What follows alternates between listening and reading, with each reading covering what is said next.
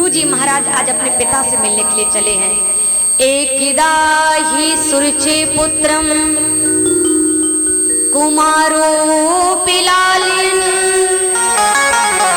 उतितम तुम नारो छंतम राजा अभयत नंद।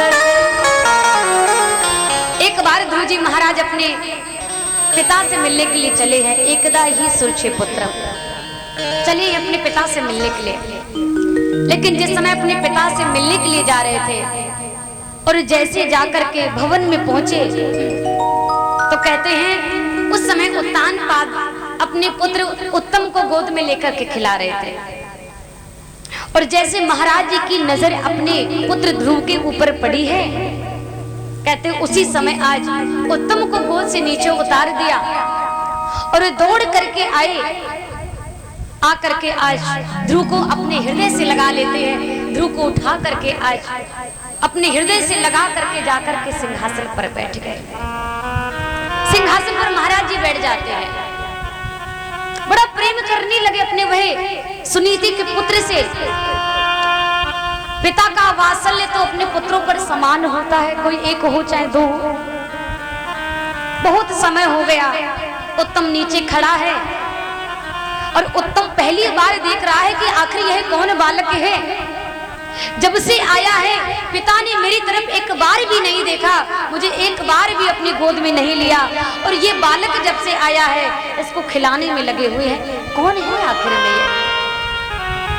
और जब बिल्कुल भी कुछ महाराज उत्तानपाद जी ने अपने पुत्र उत्तम की ओर नहीं देखा, कुछ कहा नहीं, उत्तम को क्रोध आ गया। दौड़ करके अपनी माता के पास में सुरुचि के पास में पहुंचा। माँ, पता नहीं कोई एक ऐसा बालक आया है जिसको लेकर के पिताजी अपनी गोदी में खिला रहे हैं और बड़ा स्नेह करते हैं, बड़ा प्यार करते हैं, बड़ा दुलार करते हैं। समझ में नहीं आ रहा है आखिर कौन है, आप चलो ना। सुरुचि से जैसे कहा, सुरुचि कहते उसी समय आज सुरुचि ने सुना तो कहते सुरुचि दौड़ करके आज आई है। और आकर के जैसे ही अपने सौत के पुत्र को देखा तो कहते इतना क्रोध आया कि अपने सौत के पुत्र को गोद से नीचे उतार दिया और जोर से एक थप्पड़ लगाए। अरे दुष्ट बालक, तूने ये सोच कैसे लिया कि तू अपने पिता की गोद में बैठने के योग्य है? तूने सोच कैसे लिया कि तू अपने पिता की गोदी में बैठने का अधिकारी है? अरे अगर तुझे यह राज सिंहासन पाने की लालसा है, इच्छा है, तो पहले तुझे भगवान का भजन करना पड़ेगा, पहले तुझे आराधना करनी पड़ेगी। तब सा आराध्य पुरुषम ग्रहण में, अगर तुझे राज सिंहासन प्राप्त करना है, यह राज सिंहासन का सुख लेना है, तो पहले तुझे भगवान का भजन करना पड़ेगा।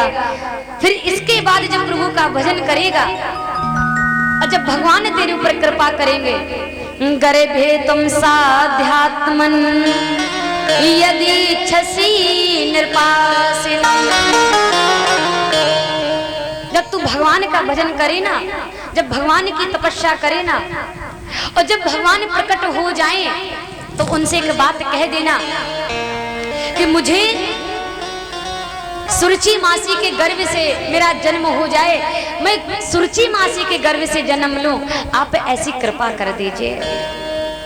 मैं अब की बार सुरुचि मासी के गर्भ से जन्म लेकर के पृथ्वी पर आऊं, और जब तू मेरे गर्भ से जन्म लेगा ना, गर्भे तुम साध्यात्मन यदि छसी नृपासनम, जब तू मेरे गर्भ से जन्म लेकर के आएगा तभी तुझे इस राज सिंहासन का सुख मिलेगा, तभी तुझे इस राज सिंहासन का सुख मिलेगा।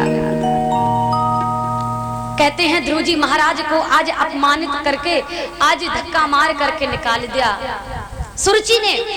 ध्रुव जी महाराज रोते रोते आज आए और जा करके आज पहुंचे अपनी माँ से, अपनी माँ के पास में पहुंचते हैं, सुनीति के पास में पहुंचे। जिस प्रकार से एक घायल सर्प को कोई लाठी मार दे और जिस प्रकार से एक घायल सर्प फुसकारे मारने लगता है ना, उसी प्रकार से क्रोध में आज ध्रुव जी महाराज अपनी माँ से कहते हैं कि मैया, जब मैं पिता से मिलने के लिए गया तो पिता ने तो मुझे बड़ी प्रेम से अपने हृदय से लगाया, लेकिन मासी का व्यवहार मेरे प्रति कुछ अच्छा नहीं था। मासी मुझसे ठीक से नहीं, मेरी समझ में नहीं आता है। सुनीति ने समझाना प्रारंभ कर दिया। सुनीति ने कहा कि पुत्र, तू इतना छोटा है और तेरे अंदर अभी से ये मान और अपमान। मातु सपत्न्या साधुरक्ति विदः स्वसन्निरूसा दंडिहतो यथाहि हित्वा मिशन्तं पितिरं सन्निवाचं जगामु मातु प्रिरुदन शकाशम। ध्रुव जी महाराज कहते हैं कि मैया, मैं जब अपने पिता से मिलने के लिए गया तो पिता ने मुझे बड़े हृदय से, बड़े प्रेम से हृदय से लगाया, लेकिन मासी का व्यवहार मेरे लिए सही नहीं था। सुनीति ने कहा कि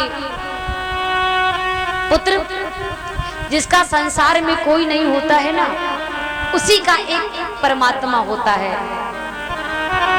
मेरा कोई ना सहारा बिन तेरे गोपाल सांवरिया मेरे, जिसका कोई नहीं होता है। अरे तेरी मासी ने तुझसे कटु भरे वचन नहीं कहे हैं। तेरी मासी ने तो देख, ये तो सिंहासन है, ये तो मिथ्या है, ये सिंहासन तो एक दिन नष्ट हो जाएगा। अरे तेरी मासी ने तो तुझे भगवान तक पहुंचाने का रास्ता बता दिया, भगवान तक तुझे जाने का मार्ग बता दिया। अरे अगर कोई हमें भगवान तक पहुंचाने का मार्ग बता देता है ना, तो वो हमारा शत्रु नहीं होता है, उससे बड़ा कोई हमारा हितैषी नहीं हो सकता है। जो परमात्मा तक पहुंचने का जो मार्ग बता दे, विधि बता दे।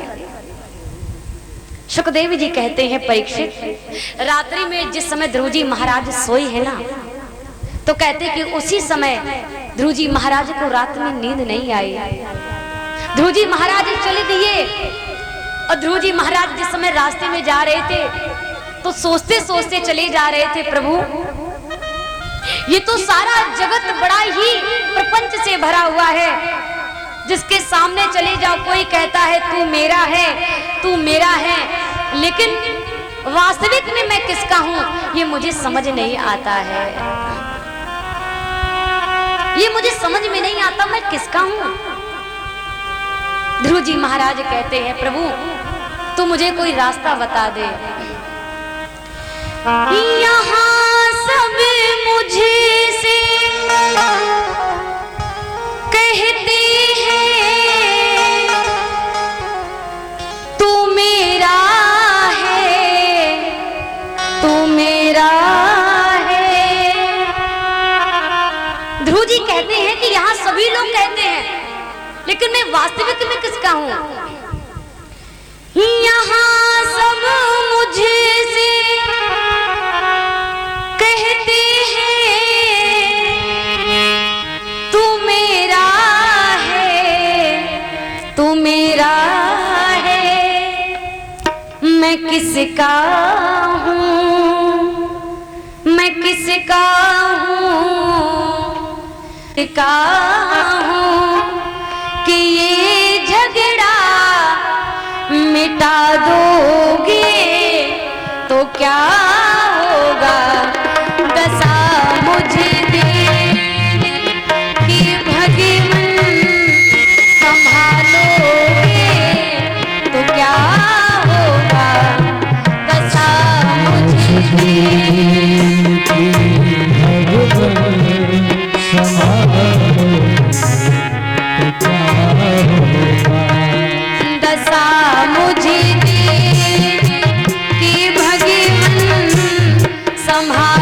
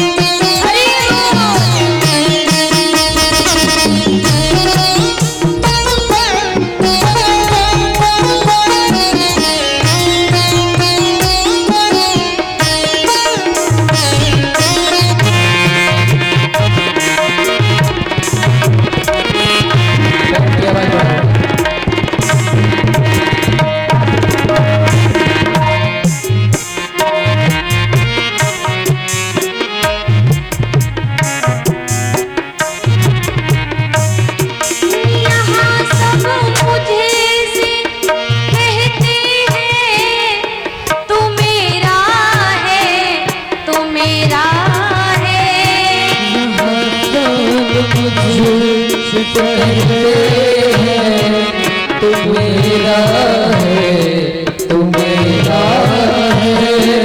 यहाँ सब मुझसे कहते हैं तू मेरा है, तू मेरा है। यहाँ सब मुझसे कहते हैं तू मेरा है, तू मेरा है। मैं किसका हूँ, मैं किसका हूँ, मैं किसका हूँ कि ये झगड़ा मिटा दोगे तो क्या होगा। दशा मुझे दीजिए कि भगवान संभालोगे तो क्या होगा। दशा मुझे कि भगवान। हरे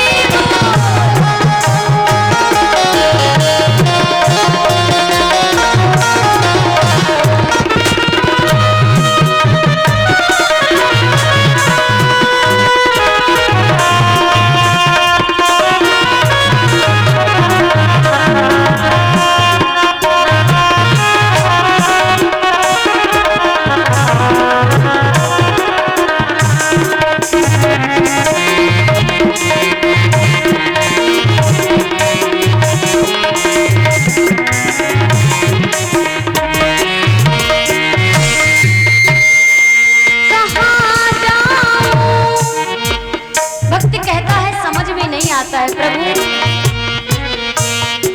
कहाँ जाऊं कि अब मंजिल नहीं मुझको नजर आए। कहाँ जाऊं कि अब मंजिल नहीं मुझको समझ आए। कहाँ जाऊं कि अब मंजिल नहीं मुझको नजर आए। कहाँ जाऊं कि मुझको नजर आए। किया करके कोई रस्ता, किया करके कोई रस्ता दिखा दोगे तो क्या होगा। किया करके कोई रस्ता दिखा दोगे तो क्या होगा। दशा मुझे कि भगवान संभालोगे तो क्या होगा। दशा मुझे कि भगवान संभालोगे तो क्या होगा। दशा मुझे कि भगवान संभालोगे तो क्या होगा। संभालोगे तो क्या होगा। बताने वाले हैं कौन, कौन है ये जो मुझे बताने के लिए आए हैं। नारद जी ने कहा कि तुमने मुझे पहचाना मैं कौन हूं। ध्रुव जी महाराज ने हाथ जोड़ करके पहले तो प्रणाम किया, फिर नारद जी से ध्रुव जी ने कहा कि प्रभु महात्मन आप कहीं वही तो नारद नहीं है जो भक्त को भगवान से मिलाने का कार्य करते हैं, जो दास को भगवान तक पहुंचाने का जो काम किया करते हैं। आप कहीं वही तो नारद नहीं है जो आज मुझे भी मार्ग दिखाने के लिए आप आए हैं। आप कोई वही तो भगवान नहीं है। आवाज का बढ़ाओ आवाज। आप कहीं वही तो भगवान नहीं है। नारद जी बाबा ने कहा कि हाँ मैं नारद हूँ। ध्रुव जी महाराज ने बड़े गदगद होकर के प्रणाम किया। प्रणाम है प्रणाम। अब मुझे पूर्ण विश्वास हो गया है जिसको आपका दर्शन हो जाए ना फिर भगवान दूर नहीं है। नारद जी ने कहा कि तुम इतनी रात्रि में कहाँ चले जा रहे हो जंगल के मार्ग से होकर के? अभी तुम बड़े छोटे हो पुत्र, अभी तुम्हारी अवस्था बड़ी छोटी है। जाओ वापस अपने घर चले जाओ, वापस अपने महल लौट जाओ। क्यों? तुम्हारी मैया, तुम्हारी मासी, तुम्हारे पिता तुम्हें बड़े खोज रहे हैं, तुम्हें ढूंढ रहे हैं। कहाँ तुम इन जंगलों में भटकते हुए फिर रहे हो? और तुम तो भी बड़ी छोटे हो ना। अरे अगर मासी ने तुमसे कुछ कह दिया तो अपनी मासी के वचनों को धारण करके, तुमने अमंगल समझ करके उनके वचनों को जो बड़े मंगलमय थे, तुमने गृह का परित्याग कर दिया, घर को छोड़ दिया, जंगल चले आए। नारद जी बाबा कहते हैं, अरे बेटा, मांगलम तात परेसु संसिधाम भुक्ते जनो। नारद जी बाबा कहते हैं कि अरे ध्रुव, छोटे हो और छोटे बालकों का स्वभाव कैसा होना चाहिए? अगर कोई थोड़ी बात कड़वी भी बोल देना तो उन बात का अपमान मान नहीं, अपने मन में इस बात का मान अपमान धारण नहीं करना चाहिए कि नहीं उसने ये बात कही है तो इससे मेरा अपमान हो गया। कोई कुछ भी कहे, लेकिन तुम्हारे मन में यही हो कि सबका मंगल हो, तुम्हारे मन का भाव यही होना चाहिए। वापस लौट जाओ, अपने महल लौट जाओ। बहुत कहा नारद जी बाबा से। आज ध्रुव जी महाराज बोले कि बाबा, अब तो मेरे अंदर एक विश्वास की ज्योत जल गई है। जब तक प्रभु मुझे दर्शन नहीं देंगे, जब तक मैं भगवान का दर्शन नहीं कर लूंगा, अब मैं बिना दर्शन किए वापस नहीं जाने वाला हूँ। मैं प्रभु का दर्शन करके जाऊंगा। नारद जी ने कहा, तुम्हें विश्वास है मिलेंगे? ध्रुव जी ने कहा, क्यों नहीं, जब आप मिल गए तो अब भगवान मिलने में कहाँ देरी है। अब तो भगवान भी मिल जाएंगे। जिसको आपका दर्शन हो गया, जिसको सदगुरु मिल गए, उसको भगवान मिल गए। अब भगवान मिलने में देरी कहाँ है। ध्रुव जी महाराज चले जा रहे हैं। नारद जी बाबा को बड़ी प्रसन्नता हुई। नारद जी बाबा ने तथास्तु कहा और नारद जी ने कहा कि ध्रुव, तुम्हारे अंदर की यह भक्ति को देख करके मैं बड़ा प्रसन्न हो गया, मैं बड़ा धन्य हो गया। 5 वर्ष की अवस्था, इतने छोटे से ध्रुव जी महाराज, और देखिए इतनी बड़ी अपने हृदय में भक्ति को धारण करके चले जा रहे हैं कि मैं भगवान का दर्शन करूंगा, मुझे भगवान का दर्शन होगा। नारद जी बाबा ने कहा कि ध्रुव, ऐसा करो, वृंदावन चले जाओ, यमुना के किनारे मधुवन में जाकर के वट वृक्ष के नीचे बैठ करके मैं तुम्हें एक मंत्र देता हूं और तुम उसी मंत्र का जाप करते रहना। ध्रुव जी महाराज को आज वह मंत्र दे दिया। ध्रुव जी महाराज आज नारद जी बाबा को प्रणाम करके वृंदावन आए हैं, मधुवन में पधारे हैं। जाकर के एक वट वृक्ष के नीचे जाकर के बैठ जाते ध्रुव जी महाराज। कहते हैं उन्होंने जैसे ही पहला महीना प्रारंभ हुआ तो पहले तो कुछ भी मिल जाता था, घास फल फूल जो भी मिलता था उसको खा लेते थे। लेकिन जैसे पहला महीना, प्रथम महीना प्रारंभ हुआ है, कहते हैं ध्रुव जी महाराज ने नियम बनाना प्रारंभ कर दिया। प्रथम महीना लगा तो ध्रुव जी महाराज घास का सेवन करते हैं, घास को खाया करते हैं। ध्रुव जी महाराज घास का भोजन करते हैं। 3 दिन छोड़ करके दूसरा महीना लगा तो कहते हैं ध्रुव जी महाराज ने फलों को खाना प्रारंभ कर दिया। फलों को खाते हैं 6 रात्रि छोड़ करके, 6 दिन छोड़ करके। तीसरा महीना लगता है, ध्रुव जी महाराज को आज जो भी मिल जाया करता है, ध्रुव जी महाराज जल का पान करते हैं तो जल का भी पान करना बंद कर दिया। 9 दिन छोड़ करके आज जल का पान क्या करते हैं। चौथा महीना लगा। देखिए ध्रुव जी महाराज यह बता रहे हैं कि अगर वास्तविक में अगर तपस्या करनी है, आराधना करनी है तो नियम बनाइए, एक नियम बनाओ।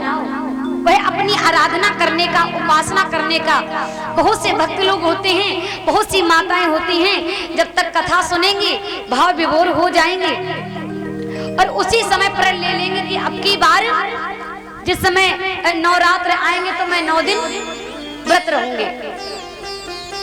माताएं सोचती है कि अब की बार हम 9 दिन बराबर व्रत रहेंगे, चाहे कुछ भी हो जाए। महाराज एक दिन तो व्रत रहा नहीं जाता है, 9 दिन का व्रत लेकर के मन में बैठ गई कि अब की बार 9 दुर्गा में पूरे व्रत रखेंगे। और 7 दिन तो बड़े अच्छे से व्रत को रखा, 8वां दिन हुआ तो महाराज जब पता चला कि हॉस्पिटल पहुंच गए, बोतल चढ़ने लगे। तो कहने का तात्पर्य ये है, बोली गोविंद भगवान की, तो कहने का तात्पर्य ये है, जय हो। ये तो महाराज पूरा मंच ही हिला देते हैं। बोली गोविंद भगवान की। तो कहने का तात्पर्य ये है कि अगर आप उपासना करना चाहते हैं, अगर आप प्रभु की सच्ची भक्ति करना चाहते हैं, तो एकदम से कोई काम नहीं होता है। एकदम आप सोचे कि हम माला को जाप कर ले, तो आप एकदम माला भी जाप नहीं कर पाएंगे। आप एकदम सोचें कि हम 2 घंटा बैठ करके पूजा कर लें, तो महाराज 2 घंटा आप ठीक से पूजा भी नहीं कर पाएंगे। उसका आपको पहले से ही क्रम बनाना पड़ेगा, धीरे धीरे से। धीरे धीरे जब आप नियम बनाएंगे तो आप वह कार्य कर जाएंगे। ध्रुव जी महाराज ने वही तो किया है। शुरुआत से लेकर के 4था महीना लगता है, वायु का पान कर रहे हैं ना, तो कहते 3रा महीना लगा, जल का पान किया, जल को छोड़ दिया। 4था महीना लगा तो महाराज वायु का ही पान करके महाराज तपस्या किया करते। ध्रुव जी महाराज, योगी लोग वायु का भी पान करते हैं, तपस्या करते हैं। वायु का पान करना प्रारंभ कर दिया, 12 दिन छोड़ देते हैं। और जैसे ही 5वां महीना लगा, अपनी श्वास को जीत लिया, श्वास को अवरुद्ध कर लिया, घोर तपस्या करना प्रारंभ कर दिया। और कहते हैं जैसे ही भगवान का आज ध्यान करना प्रारंभ किया है, घोर तपस्या करना प्रारंभ किया, सभी देवताओं की सांसें अवरुद्ध हो गई। सभी देवता सांस लेने में असमर्थ हो गए। सारे देवता आज जाकर के पहुंचे हैं नारायण भगवान के पास में। सभी देवताओं ने जाकर के प्रार्थना की है, प्रभु अरे आपका कोई एक भक्त आपका दर्शन करना चाहता है, प्रभु थोड़ा जल्दी शीघ्रता करिए, दर्शन दीजिए। भगवान ने कहा काहे? देवताओं ने कहा कि अरे महाराज हमारी सांस, हम सांस नहीं ले पा रहे, बड़े परेशान हैं। तो भगवान जी ने कहा कि भी थोड़ा समय लगेगा। देवताओं ने कहा कि थोड़ा समय हमारे समय से ले लो, पर महाराज जल्दी पधारो, कहीं ऐसा ना हो कि हम सांस ही ना ले पाए, तो आप थोड़ा शीघ्रता करिए। भगवान ने कहा कि वो मेरा भक्त मेरा दर्शन करने के लिए ललायत नहीं है। ऐसे भक्त का भागवत में लिखा हुआ है कि आज भगवान अपने भक्त को दर्शन देने, भक्त का दर्शन करने नहीं आ रहे, उस भक्त को भगवान का दर्शन नहीं हो रहा है, अपना दर्शन नहीं देने के लिए आ रहे हैं, अपने भक्त का दर्शन करने के लिए भगवान जी पधार रहे हैं। भागवत में लिखा हुआ है भगवान ऐसे भक्त का दर्शन करने के लिए आ रहे हैं। सुखदेव जी कहते हैं परीक्षित, भगवान ने देवताओं को सांत्वना दी है। भगवान जी आज चतुर्भुजी रूप में नारायण भगवान आज प्रकट हुए। बोलिए नारायण भगवान की। नारायण भगवान आज प्रकट हुए। भगवान ने कहा कि खोलो, वत्स से अपने नेत्रों को खोलो, देखो तो कौन खड़ा हुआ है। और ध्रुव जी महाराज जी ने जैसे ही अपने नेत्रों को खोला, तो जैसे भगवान को देखा इतने भाव विभोर हो गए, इतने भाव विभोर हो गए, नेत्रों से अश्रुधारा बहने लगी। कंठ तो पहले से अवरुद्ध था, कुछ बोल नहीं पा रहे थे, ओठ भी नहीं खुल रहे थे। भगवान जी समझ गए। भगवान जी ने अपने शंख को लिया और लेकर के आज भक्त ध्रुव के अधरों पर स्पर्श करा दिया। और जैसे स्पर्श कराया ध्रुव जी महाराज ने उसी समय आज स्तुति करना प्रारंभ कर दिया है। ध्रुव जी महाराज कहते हैं कि प्रभु जिस पर आपकी कृपा हो जाए उसका तो महाराज पूरा जीवन ही धन्य हो जाता है। आपकी कृपा जिस पर हो जाए, मैंने तो ये भी सुना है कि जो गूंगा होता है ना वो भी बोलना प्रारंभ कर देता है। मूकम करोति वाचालम लंघ्यते पंगुम लंघ्यते गिरिम। मूकम वाचालम कहते जो बोलना भी नहीं, जिसको बोलना नहीं आता है, जो पहले से गूंगा है, वो भी महाराज जिसकी उस परमात्मा की जिस पर कृपा हो जाती तो ऐसा गूंगा भी बोलना प्रारंभ कर देता है। मूकम करोति वाचालम पंगुम लंघ्यते गिरिम यति कृपातमहं वन्दे परमानंद माधव। जिस पर माधव की कृपा हो जाते हैं, लंगड़ा बड़े बड़े आज पर्वतों को लांग जाता है। पंगुम लंघते गिरिम, बड़े बड़े पहाड़ों को लांग जाता है। गूंगा बोलना प्रारंभ कर देता है उस परमात्मा की जिस पर कृपा हो जाती है। ध्रुव जी महाराज को आज भगवान जी ने दर्शन दिया। ध्रुव जी महाराज से कहा कि मांगो तुम्हें क्या चाहिए। ध्रुव जी महाराज ने कहा प्रभु जिसको आपके दर्शन मिल गए हो उसको भी कुछ चाहिए क्या। भगवान ने कहा फिर भी कुछ तो मांगी लो। ध्रुव जी महाराज ने कहा कि बस अपने चरणों की भक्ति दे दो और हमें कुछ भी नहीं चाहिए। भगवान ने कहा कि तुमने अभी क्षत्रिय वंश में तुमने जन्म लिया है, तुम्हें 36,000 वर्ष तक राज करना होगा। ध्रुव जी महाराज को भगवान जी ने दर्शन दिया और दर्शन देने के बाद ध्रुव जी महाराज को आज भगवान जी चल देते हैं। बोलिए भक्त वत्सल भगवान की। ध्रुव जी महाराज भगवान का भजन करते करते चले आ रहे हैं और सबसे पहले जाकर के अपनी मासी से मिले हैं। मासी से जाकर के मिले और मासी को जाकर के जैसे प्रणाम किया, सुरुचि ने आज ध्रुव जी को उठाया, हृदय से लगाया और रोना प्रारंभ कर दिया। अरे ध्रुव मुझे क्षमा कर दो, मुझे क्षमा कर दो, मैंने तुझे बड़े कटु भरे वचन बोले, क्षमा कर दो। ध्रुव ने कहा कि मासी अगर तूने मुझसे वही वचन ना बोले होते तो मैं भगवान का दर्शन नहीं कर पाता। अरे तेरे वही कटु भरे वचनों ने तो मुझे भगवान का दर्शन करा दिया। धन्य है मासी, मेरा जीवन धन्य हो गया। शिशुमारी की पुत्री है भ्रमी के साथ ध्रुव जी महाराज का फिर विवाह हुआ। 2 पुत्र हुए हैं, वत्स और उत्कल नाम के। ध्रुव जी महाराज खूब आज राज्य का पालन करते हैं, खूब सुख भोग रहे हैं। एक बार की बात है कि छोटा भाई उत्तम एक बार शिकार खेलने के लिए गया अलकापुरी और यक्षों की नगरी में जैसे ही शिकार खेलना प्रारंभ किया तो उसी समय आज यक्षों ने मिलकर के समाप्त कर दिया।